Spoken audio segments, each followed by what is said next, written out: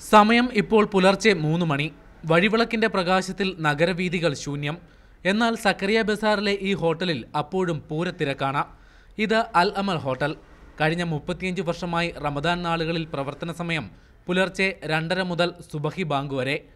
നോമ്പുതുറ വിഭവങ്ങളും തയ്യാറാക്കുന്നതിനാൽ വൈകുന്നേരവും തുറക്കും.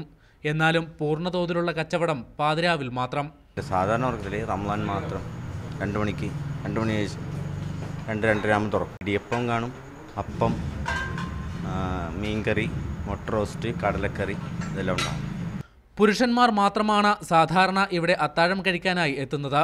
വീട്ടിലുള്ള മറ്റുള്ളവർക്കും പാഴ്സൽ വാങ്ങിയാവും മടക്കം. രുചികരമായ ഭക്ഷണം മിതമായ വിലയ്ക്കാണ് വിൽപ്പനയെന്നാണ് അനുഭവ സാക്ഷ്യം. ഞങ്ങളുടെ ചെറുപ്പം മുതൽ ഞങ്ങൾ ഇവിടെ നിന്ന് കഴിച്ചുകൊണ്ടിരിക്കുന്നതാണ്. നല്ല ഭക്ഷണം, ചൂട് ഭക്ഷണം കിട്ടും, നല്ല ടേസ്റ്റി ആയിട്ടുള്ള ഭക്ഷണമാണ്. പാലപ്പം, ഇടിയപ്പം മുതലായ തനത് നാടൻ വിഭവങ്ങളാണ് തയ്യാർ ചെയ്ത് നൽകുന്നത്. ഇടയത്താഴം തയ്യാറാക്കാൻ അസൗകര്യമുള്ള വിശ്വാസികൾക്ക് ആശ്രയം കൂടിയാണ് ഈ ഭക്ഷണശാല.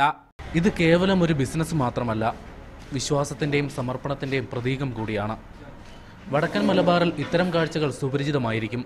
പക്ഷേ ഇങ്ങ് തിരുവിതാംകൂറിൽ ഇതൊരു കൗതുക കാഴ്ച കൂടിയാണ്.